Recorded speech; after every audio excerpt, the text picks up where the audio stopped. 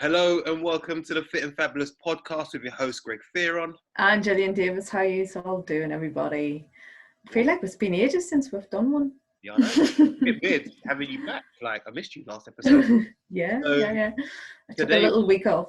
yeah, a week off. You're not allowed a week off. So Yeah. today we have Leanne Antoine from Distinct Physio. Hey, in the house. Welcome, Leanne. Thanks for coming along and joining on the podcast with us. You want to do a quick intro? Yeah, so my name's Leanne Antoine. I am a chartered physiotherapist. I am 14 years in the game, but nearly 20 years in looking after people. I was a physio assistant before I qualified. I really think that gives me quite a good grounding in terms of how I build sort of deep social connections with my patients. But the ultimate thing for me is that I am looking to treat you in a way that means you don't have to come and see me forever. So you start to understand how your body moves, what happens to it when it's injured, and giving you that insight and knowledge in terms of being able to give you a successful recovery journey, even if you don't make a complete recovery. I work with a host of different people, gymnasts, dancers, rugby players, right through to, I'm going to say, grandmothers in nursing and care homes who might need my facilities as well. So it doesn't really matter what your main goal is. As long as you have a goal, I can physically work with you. So that's me. Yeah, absolutely. I think everybody does need a physio in their lives, don't they? Yeah. That's why we're here. So, obviously we've been like 9 weeks in lockdown everywhere. What kind of things have you been seeing? What kind of injuries have you been seeing coming to your door, especially for the ladies who are kind of 40 plus? What kind of injuries are you seeing and hearing about? Well, when lockdown first happened, a lot of people obviously, and even now, being made to work from home. And the work from home concept hasn't been, we're going to get you to work from home and give you a purposeful desk and chair. It is your makeshift dining room table and chair that you sit at just to have a meal. That's if you even sit there, because so many of us don't actually sit down at the table to have our meals, or we're eating and we're on the go. So suddenly being made to sit at this desk, table and chair for your full 8 hours, 9 hours in some cases, maybe longer, is causing some issues. And some of the things that it was bringing up was recurring issues. So, you know, a back complaint that you had a year ago, a neck complaint you've had a year ago. Mm-hmm. Then you find yourself sat in a position that basically just triggers it again. So the hunching over, exactly. I'm looking at Greg here, but the hunching over the screen, spending more time sat down than normal because you can't go out. So maybe you're going for a short walk. That's if you're actually going for a walk, but you're not breaking up. People were not breaking up the patterns of their day. And I think not breaking up the patterns of their day meant that this very sedentary lifestyle that a lot of people already lead was becoming even more sedentary.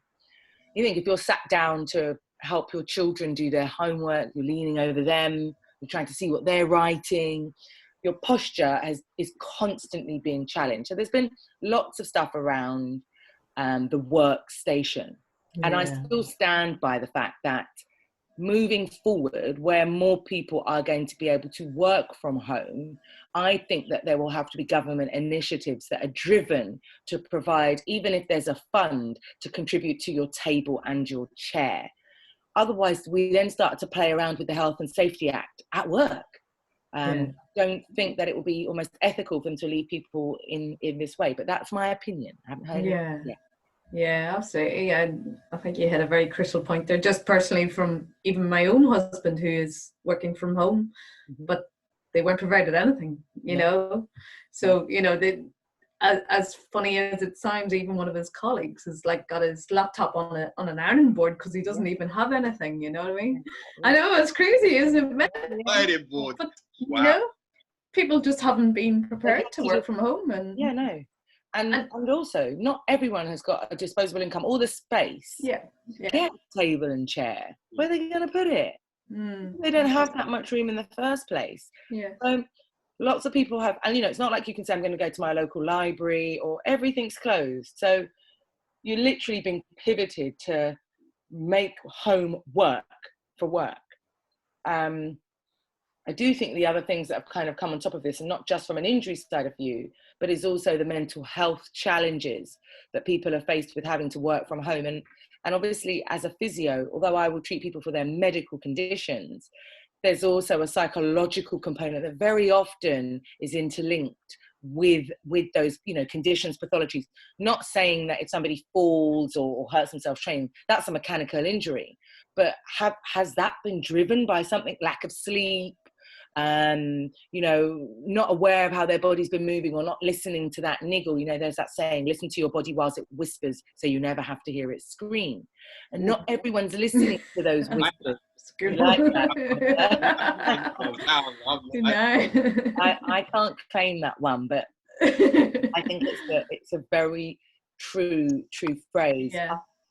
In addition, there's been lots of people who have tried to start up doing couch to 5K, thinking, and they don't do any exercise at all ordinarily. But what's happened is you have an influx of exercise and the need, because everyone's telling you now you need to exercise. Not that they weren't telling you before, but suddenly this message is loud and proud, right?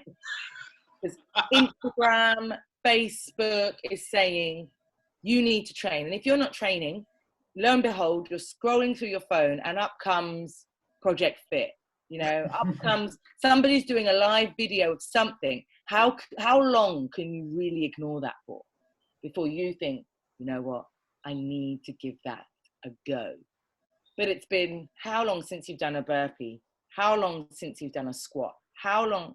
So other things that I've heard are, oh, I've been training with my yoga mat, but I'm doing high impact work with your yoga mat on your wooden floor or your marble floor.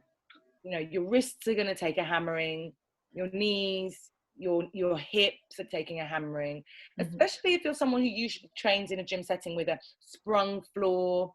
If you're used to training in an environment that's purpose built for training.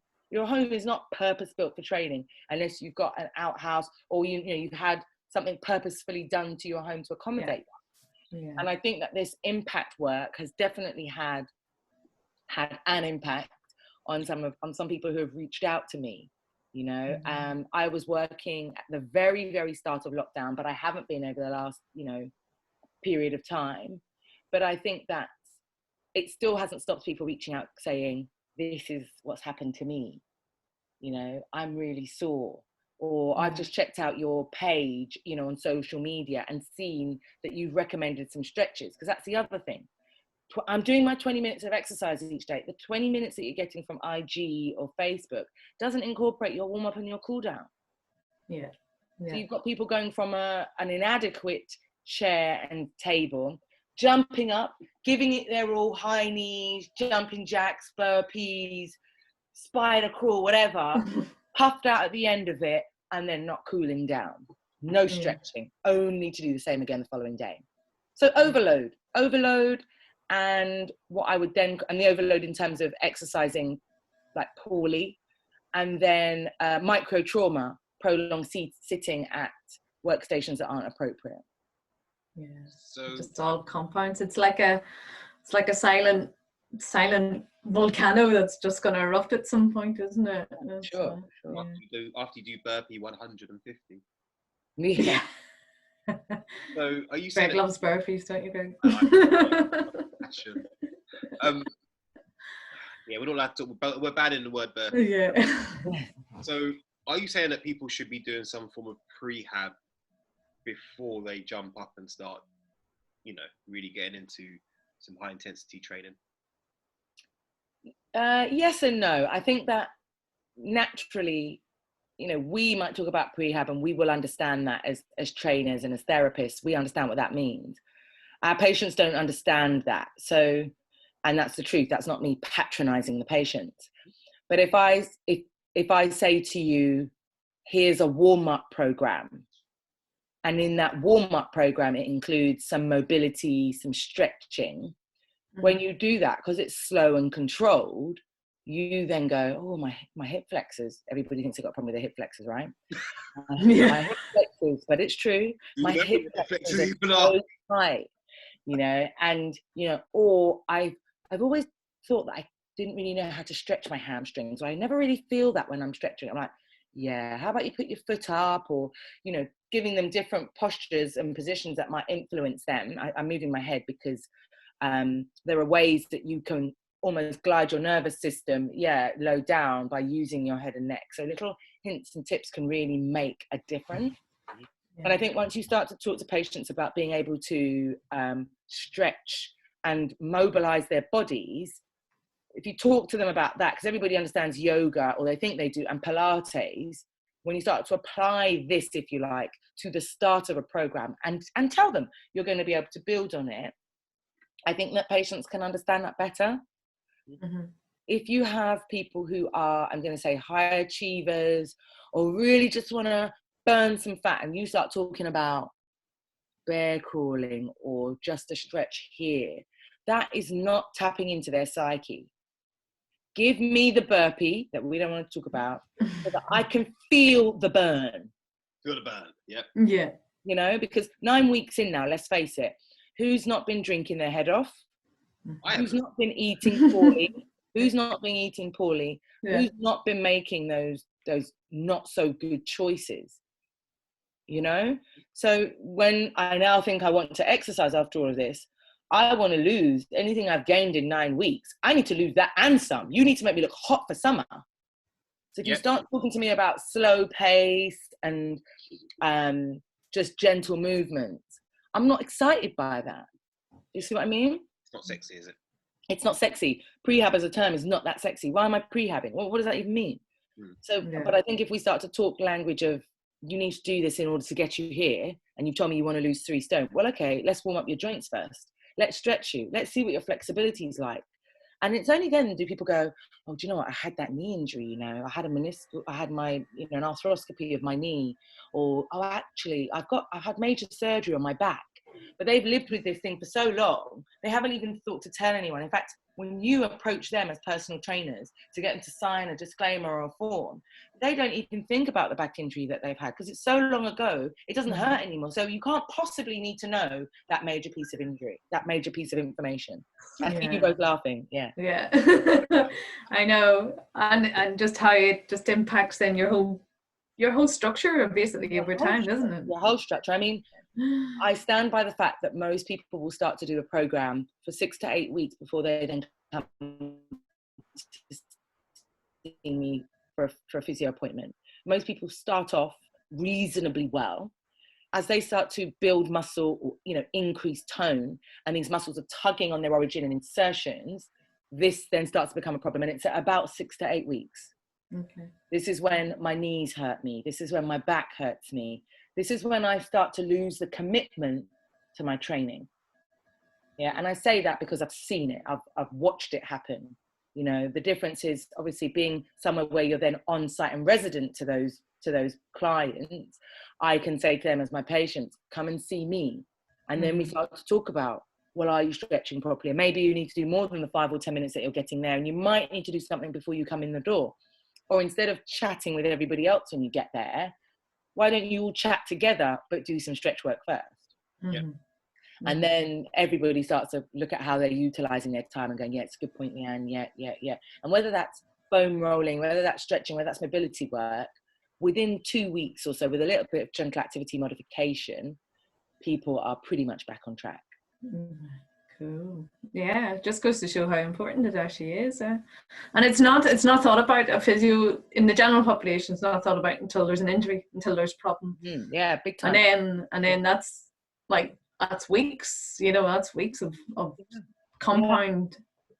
For sure. You know. I mean, I spend a lot of time on my social media platforms talking about what physiotherapy is, and even if I'm not saying physiotherapy is, what I do talk about is, just as an example, everyone knows someone who sprained an ankle. Everyone knows someone who sprained an ankle and thought the ankle might have been broken, but they didn't go for an x-ray, but X number of years down the line, the ankle's still an issue. Everyone knows someone whose back went, you know, like an explosion, like the disc jumped out of their spine. Everyone knows someone, you know? And what I try to do is I wouldn't do it, but we know I could get. We all laugh because we know that person. Yeah. And the moment you said to that person, I know Greg calls them Shelley, whoever Shelley is. The moment you say to that person, that Shelley, I hurt my back. Oh my God, that happened to me. And suddenly your back injury is the same as her back injury, when actually it doesn't resemble it at all. Doesn't resemble it at all. The reasons that you have got a back injury may well be very, very different to why someone has a back injury. Those two injuries as a pathology may well be the same. It may well be a disc issue at L5, S1. Everybody seems to know that as a level. But the cause for it may well be very, very different. You may have a dehydrated disc, so it doesn't look as, I talk about my discs like jam donuts. So it might not look like a fresh jam donut. Yeah, the inside is the nucleus, the jam on the inside. Yeah. Then you've got the fibers, the annular fibers on the outside, very sensitive, and then the skin of the donuts. This is how I talk to my patients about discs. To think that my disc slipped, it didn't slip anywhere. It's still where it was. You may have had a bit of leakage as a component of that disc, and that would vary from person to person. So the pain that I get from my disc injury may not be the same as the pain that you get from yours. I may have more pain, even though on X-ray or MRI, it looks like I should have less. So the way that our bodies communicate this pain is very, very different. And first and foremost, we must respect that before we start advising our friends and our family members about whatever the issue is. I say to my patients all the time, spend your 65 quid for your hour, do it early. And at least then you've got some guidance. I have also got some baseline about what you were able to achieve 6 months ago, a year ago. And we might need to relate back to that when you come in to tell me that you think you've got a new injury. So the information is useful and it's archived. You know, we're holding that. If you come back again and we need to address it, I can look back knowing full well that, yeah, my notes said this from that session and this is where you seem to be at now. But I think that we, you know, as a nation, we must stop coming out of the fact that physiotherapy is a want. And for a lot of us that are trying to become more active, it's actually becoming a need. Yeah, absolutely agree. Absolutely agree. Amen. Yeah, and absolutely, and it's low. Yeah, back problems. Yeah, it's. Oh man, so common. You're probably seeing more and more of that, aren't you? Really, I suppose. Yeah, and in general, because you know, loads more of us are trying to be loads more active. You know, so and we do one thing that damages our back, damages our spine. We don't really let it recover because you're on this fitness journey. I don't think I can jump off. And actually, you're essentially doing is end up hurting yourself a lot more and unable. You're not in a position now where we can modify exercise for you. You're coming to me and I'm saying you have to stop, whether that's for 2 days, 2 weeks, or 2 months. And that's where I can't modify for you because you have put yourself at such risk and caused so much damage that I'm not in a position to be able to do that. So that's where you then lose that motivation. And years down the line, you're like, right, I need to pick it up again. Yeah. Getting that injury that you talked about earlier. Well, yeah, and nobody wants to financially invest. So if I'm investing in, it's true, right? If I'm investing in you, a program with you, Gillian, or a program with you, Greg, and I've said, right, and most personal trainers, will get people to pay up front. So I've paid for my 6 months of training. I've paid for my 2 months. Now you're telling me I might need to spend £200 with the physio. I didn't bargain for that. But you know what? Maybe if you didn't bargain for it at the beginning, maybe you should have gone through the assessment before you started that program and made that commitment. Yeah. And the prehab that Greg wants to talk about, maybe you'll have done that with the physio and created that groundwork, those fundamentals, that when you go and work with Greg and Gillian, I can give you a wonderful handover about these patients. And you're already tailoring their programs before they've had to come and tell you about an ouch, an ooh, a niggle. Yeah. You know? Yeah. So many things. Well, so many prevention things. rather than cure, huh? Awareness.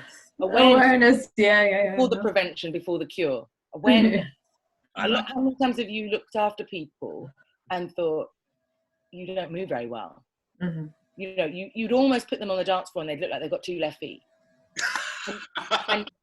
and you wouldn't be able to teach them how to have a right foot and a left foot.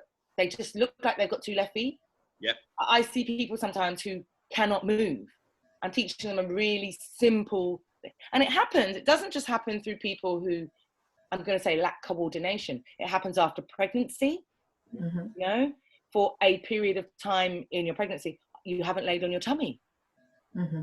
How do you get down onto your tummy, and how do you get back up? Yep. You may not have even laid flat, completely flat on your back for some time, because in your pregnancy you may have needed a bit of propping. Yeah. So really simple, basic movements almost become difficult. So now when I ask you to do a squat thrust, a jump squat, a lunge, a reverse lunge, I don't even know what that means, because they're not things I'm doing on a regular basis. Mm-hmm. You know? Yeah. So I think that this, awareness all day long before the prevention, because if I tell you about your body, you can then ask yourself some questions about that as you then go to move, lift, push, whatever it is.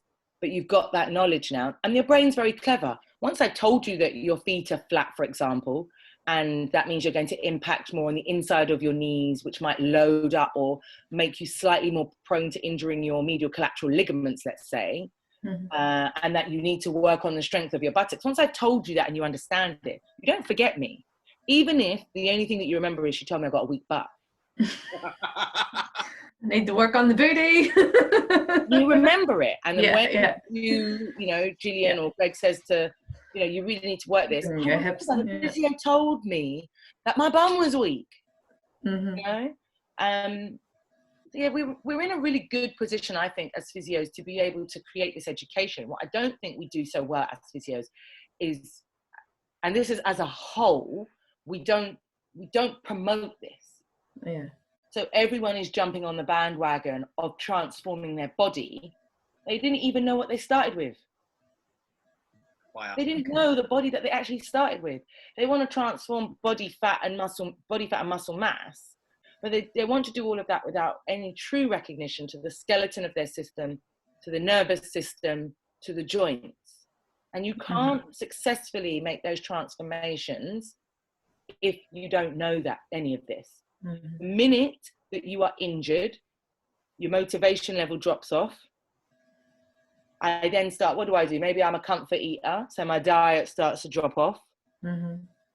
Now I'm, as we all know, now I'm fatter than before I even started, because my body's naturally more hungry and I start to generate more fat cells because of the program I was on that now I'm not following because I've dropped off.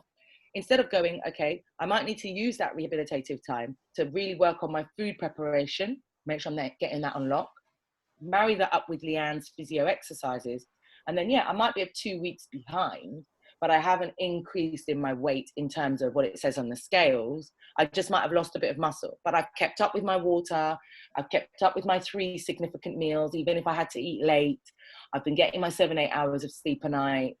I'm touching in with Greg and Gillian because I know that they support me on this journey. Mm-hmm. And that's the bit that gets forgotten. It's all bits gets forgotten. Like you were going to jump in there. Yeah, I think it's a very key point when you were talking about pregnancy, though, with women, because, you know, a lot of women, I know in some countries, I think they have proper postnatal kind of assessments with women to help them, because obviously there's been such an adaptation to their bodies anyhow. So for them to get back into exercise is almost like they're trying to pick up to where they were before. Yeah. And that causes, so, you know, I tend to see a lot of women now that have, you know, they're in their late 50s that may start to have like SI joint issues and things like that there. And that's usually, you can tell me, Leanne, my thoughts is that that's usually because of from having carrying kids and things like that there, that they have maybe not been as active, or, you know, it's a degeneration, I suppose, as well, maybe. But would you?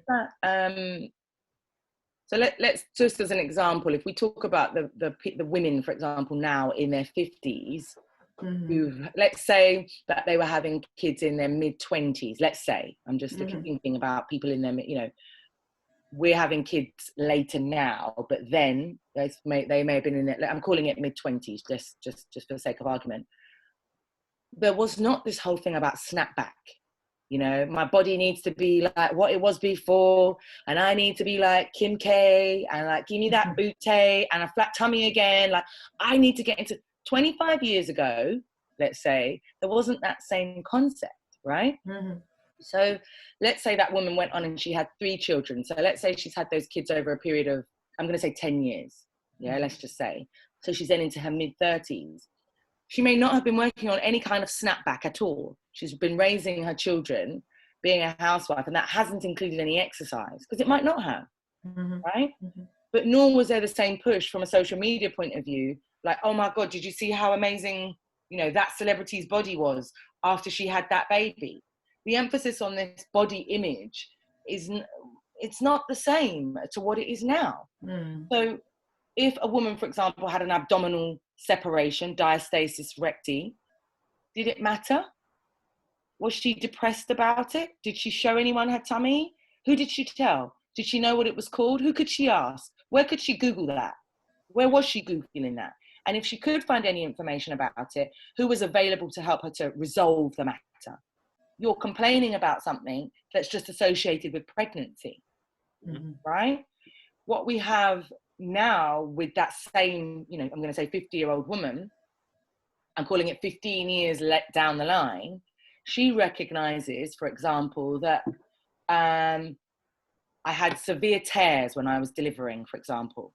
Now women are taught to have their perineums massaged before giving birth, for example, to prevent the tears. Yeah?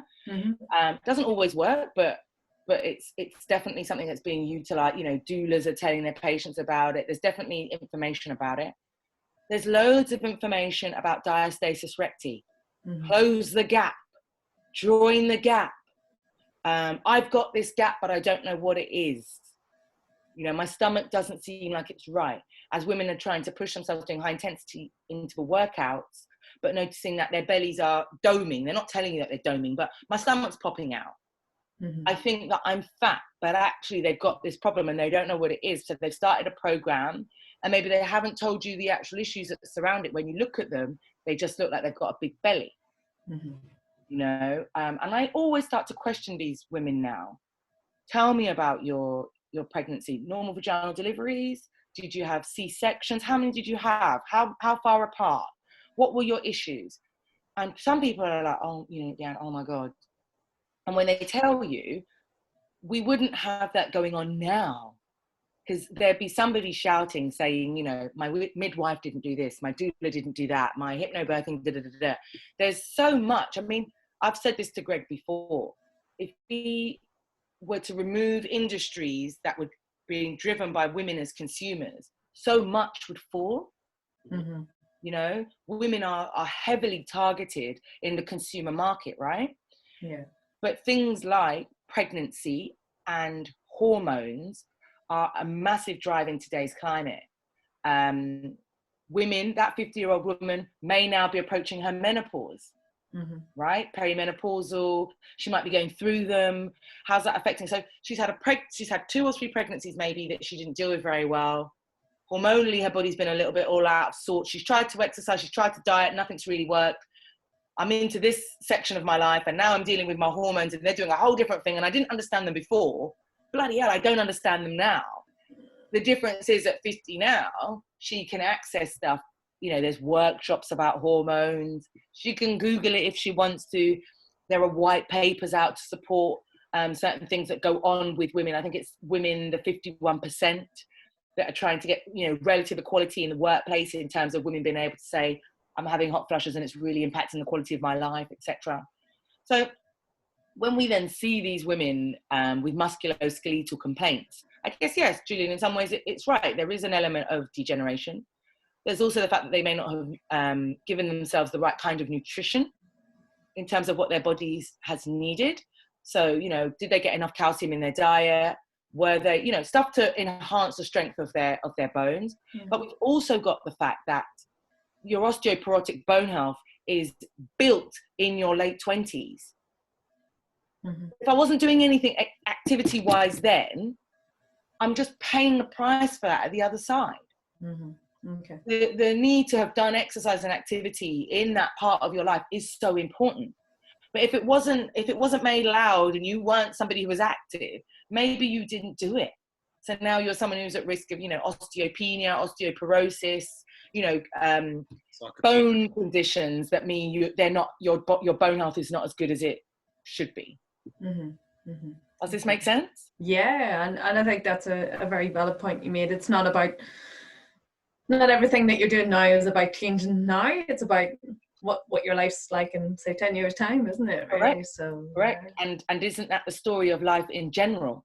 Yeah.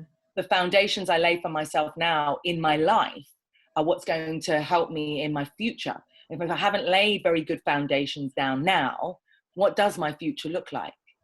Yeah. It's exactly the same. And this is why I talk about that investment. People want to look at it as, oh, the price of this is a bit too much. It's not anything to do with the price. Are you prepared to deal with what this looks like on the other end when you didn't invest in it? Yeah. And most of us, I know people can't see us, but Greg is raising the roof. Most of us, we are living longer. We are living longer. I was 3 years old and doing gymnastics, and I didn't stop until I was nearly 17. And when I stopped, I went straight into dance. And when I stopped that, I probably stopped for a couple of years, but then I was straight back into to training, straight back into some form of gym exercise. So I've never really not exercised. And even the time when I said, a couple of years where I wasn't doing anything, I was always active doing something. There was something. Skating, climbing, thinking about joining, karate. I ended up joining karate. There was always something. I've always been active to some degree. Signed up to a 10K. Whereas it's not in everyone's biology. And I think for those people who know that it's not, find stuff that's activity and function wise that you enjoy. Are you someone who likes to garden? Are you someone who likes to do walks? Are you someone who, but don't have it that your entire life is just very sedentary. You spend the majority of your time sitting down. That's all, if nothing else that people take home from today, take that. Absolutely. There we go. Ways to come out of this one with, I think. Writing notes and stuff. I'm like, You'll have me back on a part 2, maybe. Yeah, absolutely. I did have one quick question. Mm-hmm. So I think a lot of people think that where the site of the pain is where the injury is. Mm-hmm. And often that's not the case. Mm-hmm. Unless obviously, Gillian's taken a baseball bat to my knee. Well, that's a thing. Right? And I've got pain in my knee. Yeah. That's going to make sense, right? But you might, as you mentioned about flat feet, the pain might register in the knee rather. Mm-hmm. I think people don't really realise that. Do you want to just shed a little bit of light on that? Yeah, I mean, so a lot of people's own experiences about their problems, I feel happens as an issue.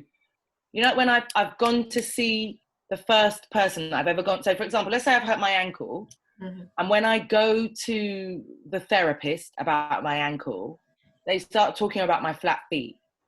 Potentially, I'm just using this as an example as to why you've then sprained your ankle.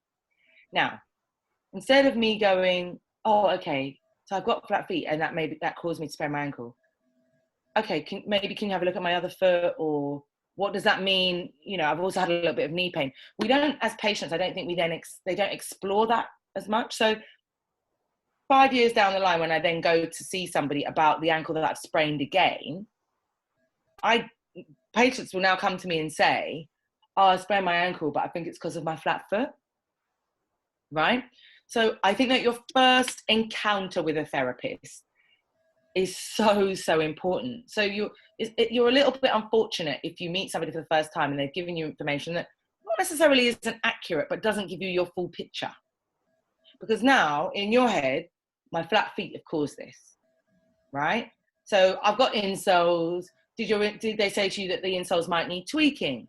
Did you talk about the fact that what shoes could you wear these insoles in? Did we talk about the fact that actually you just might be weak in your ankles and that was why you sprained? But yes, you do have a flat foot. I don't think that patients always hear everything. So then when it comes down to things like pain referral, they know my pain is here, X. X is my pain. And when it's only when you say to people, do you get pain radiating anywhere else? Oh yeah, it moves up to my knee. And yeah, sometimes I get it in my, do you know when it does that? And I start to ask them a little bit more about that. And then when I start to piece the whole thing together, what I often realize is I'm treating the secondary complaint. X is the final straw. Yeah. I've got nowhere else to go. You know, I've got nowhere else to go, and now I'm throbbing. The pain is throbbing there. It's sharp. It's catching. I can't wait there. But whatever it is throbbing in that area, right? Now, initially, I may have to treat that area, and for some patients, if I don't treat that area and I treat the place where I think it's coming from, they won't come back to me because I haven't addressed what they think is the root cause of the problem. Yeah. And you have to be able to understand those of your patients who will immediately be receptive to what you're saying. Look, this back problem, I know you've got a knee issue, but I think it's your back referring into your knee, or this tingling you're getting in your foot is actually coming from your spine. But I need to be able to convince you, because for the last 10 years, 5 years, or whatever it is, you felt that problem's been coming from, I've had a slightly swollen ankle. There's no way this thing can come from your back. How is that even possible? Right? Mm-hmm. We, then start to have conversations about connective tissue, fascia. I start to tell you about your nervous system, which you've ignored for your whole life. Like, what's my nervous system? What does that do? But I don't know about that. I know about muscles and joints, but I don't know anything about my nervous system. What? And it comes from where? And it's moving to where? And it does what? When people say they've got sciatica, you may well have sciatica, but there's branches to your sciatic nerve. Behind your knee, it's your tibial nerve. Down at your foot and ankle, it's your common peroneal nerve. And that sciatic nerve may bifurcate. It may split in two. You might be one of those people. So when I start to explain the anatomy and the physiology to you, that then helps you to understand pain referral. But if I don't tell you about that, you don't understand. It's also interesting to tell people about, for example, I'm going to go back to sciatica, pain that they might be having in their abdomen or their pelvic floor that's relating to this same nerve. This nervous system's not just moving down the leg, it's also innervating your organs. So other issues that you think you might have been having that seem to be separate to this as a complaint, it's not separate. It's all one and the same. It's all one and the same, but only when I help you to understand that. So I'm very often grabbing my spine and saying, right, this is the level of your spine, but from here, your lower back, it then refers down to the back of your leg. But, you've also got this, and I'm start to explain to people so that they can understand what I'm saying. And then when I explain it to that level, when they do something, or I went to take a long stride for a lunge, or, and I felt it in my back. Or actually, you're right, I have noticed I'm really stiff in the morning when I go to get up. Poor blood supply to that area, has you a bit stiff, but you move around a little bit in the morning, you have your shower, you feel a little bit easier, and your back pain doesn't seem like anything, but the referred leg pain has remained. Mm-hmm. So you don't think that what's going on in your back has anything to do with your foot, your knee, the back of your thigh, whatever it is. So I think that people would understand pain referral if it was explained to them properly. And people really like visuals. So particularly at the start of lockdown, I would share my screen and show people the anatomy and the physiology. We would look at dermatomes, this map of your body, and show you where, these nerves are innervating different parts of your body. And people would say to me, oh my God, yeah, that's me. That there. And they follow it. Or maybe there's an overlap and they realize that it's more than one nerve, more than one disc, more than, Yeah. So this is my thing about referred pain. People struggle to understand it because whoever they saw first, or even Shelley, has given them a reason for that problem in the beginning.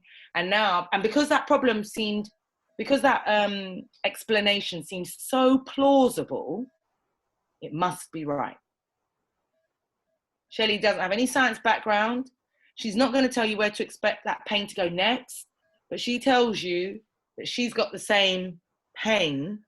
She's had the same pain, and this is how it felt. It was exactly like yours.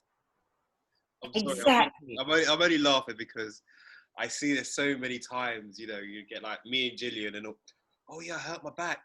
Yeah, I did. This is what I did for it. You do this and this, you'll fix it. Yeah. And I'm like, really? I'm not too sure.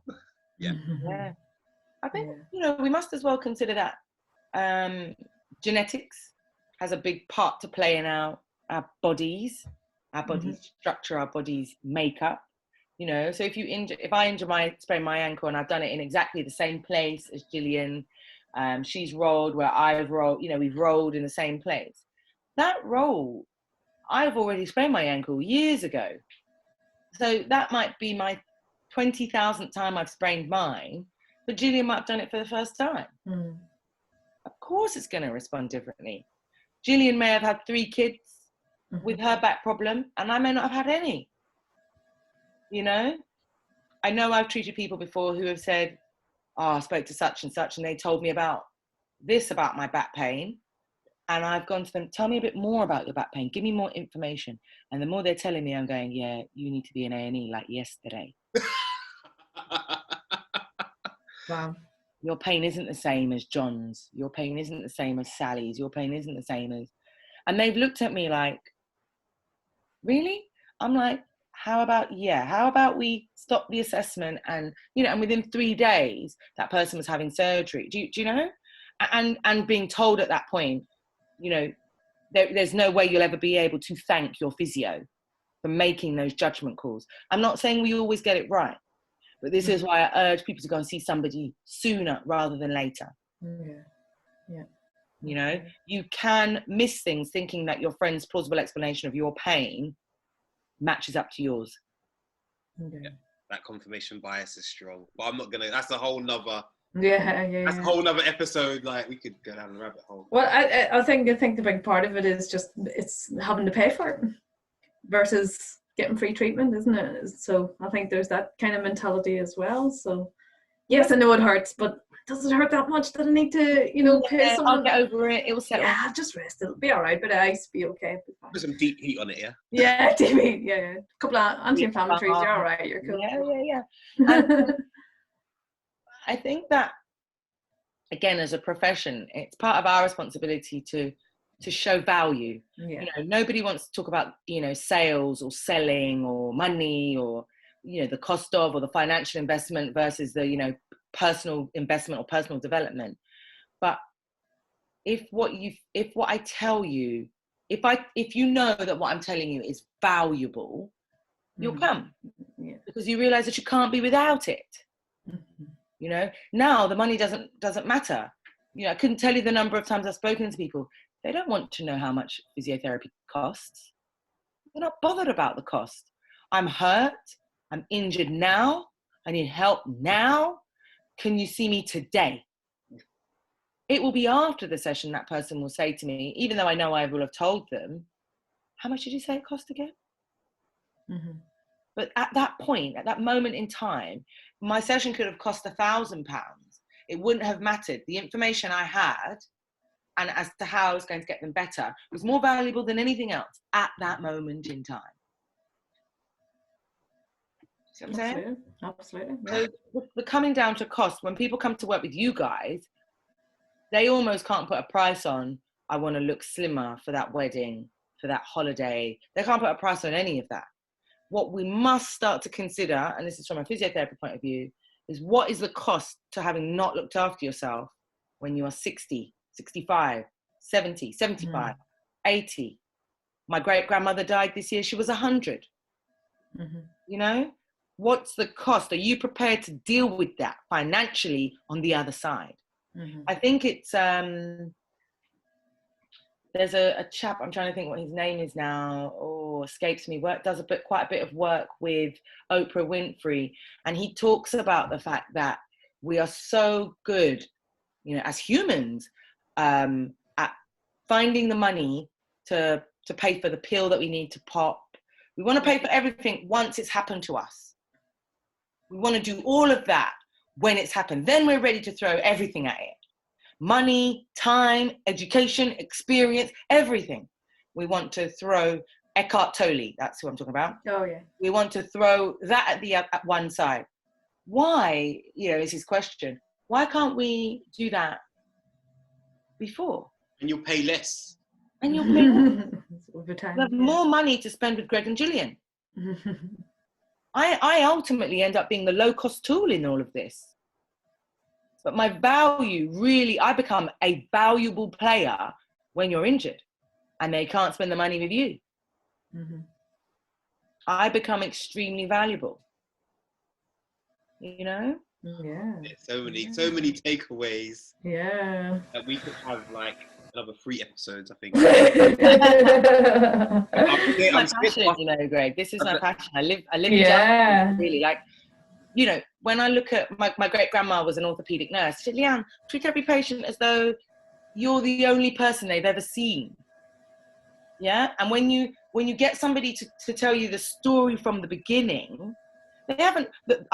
You bet your bottom dollar they haven't had. They've been to 10 therapists, but they haven't told in 10 years anyone the version of that story from the beginning as to why they are where they are at right now. Mm-hmm. Because they go in quite blasé about it. I've had this knee problem for so long. The last time I sprained it, I don't know what I was doing, but it's just been so sore. And it's not until you start digging. Okay, tell me about the first time that this happened to you. Okay, now tell me about the second time. Do you remember the second time, or did it seem like it was not really that significant? Were you skiing? Were you gymming? Were you trying to lose weight? Most people know when these injuries occur to them because they hurt. They were at work and they couldn't go in, or people at the workplace saw them limping with their crutches, or they had to take time off to go to a GP appointment, or they had to go and get a scan, or they had to activate their private healthcare. These things don't happen. It's not like a rise and fall. It happens, and there's usually something quite significant with the rise. Yeah. For those that have bumbled along and have had injuries that it's always been a problem. Well, they just didn't listen to what their bodies were saying. They chose to ignore what they were saying. So they weren't listening to the whispers. No, that's it. They weren't listening to the whispers. So Gillian's got a question for you. I do? Yeah, you always ask this question. Oh, yeah. Well, I don't ask the question. It makes it sound like something big, but anyhow, it's just something silly that I ask all the guests. So, because it's called the Fit and Fabulous, lots of F words. I have a favorite F word. I have lots of favorite F words, which is food, fitness, freedom. Freedom is a big one for me. Do you have any favorite F words? Ooh, forgiveness. Oh, love it. Is a big F word for me. People I've worked with who want to train intensely and they want to go on this journey, when they get injured or they get ill or they almost cannot forgive themselves. It's like, but I need to keep going and I need to keep. So they're just like punishing themselves. I'm like, forgive you. It's all good. So that's one, forgiveness. What's another? How many do we want? Wow, as many as yet. I only asked for one, but that's cool. Oh, right. Okay. Yeah, my one is, what's that go? If you give more than one, then you're like a record breaker, right? Yeah. Okay. I guess my second one then is forever. Nice. This is your one body forever. You don't get to, even if you replace the parts, you don't replace them with what you had before. Yeah. This is your body forever. So treat it as though you only have one of your favorite thing, because that's what it is. It's your favorite thing. Treat it that way. Nourish it, nurture it forever. They're my 2 words, forgiveness and forever. Love it. Brilliant. Awesome. So, you have been the best person to answer that, actually. Yeah. No one has gone that deep on it. That's it. And usually if you ask for an F word, they'll give the obvious, like, so, come on, people, raise your game. Oh, yeah. I have just raised the bar. You have gone, yeah, I loved it. Brilliant. Thanks, Leanne. The other Leanne raised the bar. You haven't heard this interview yet. Oh, no. You'll hear it as soon as it's uploaded, so yeah. Oh, this has been the best one, definitely.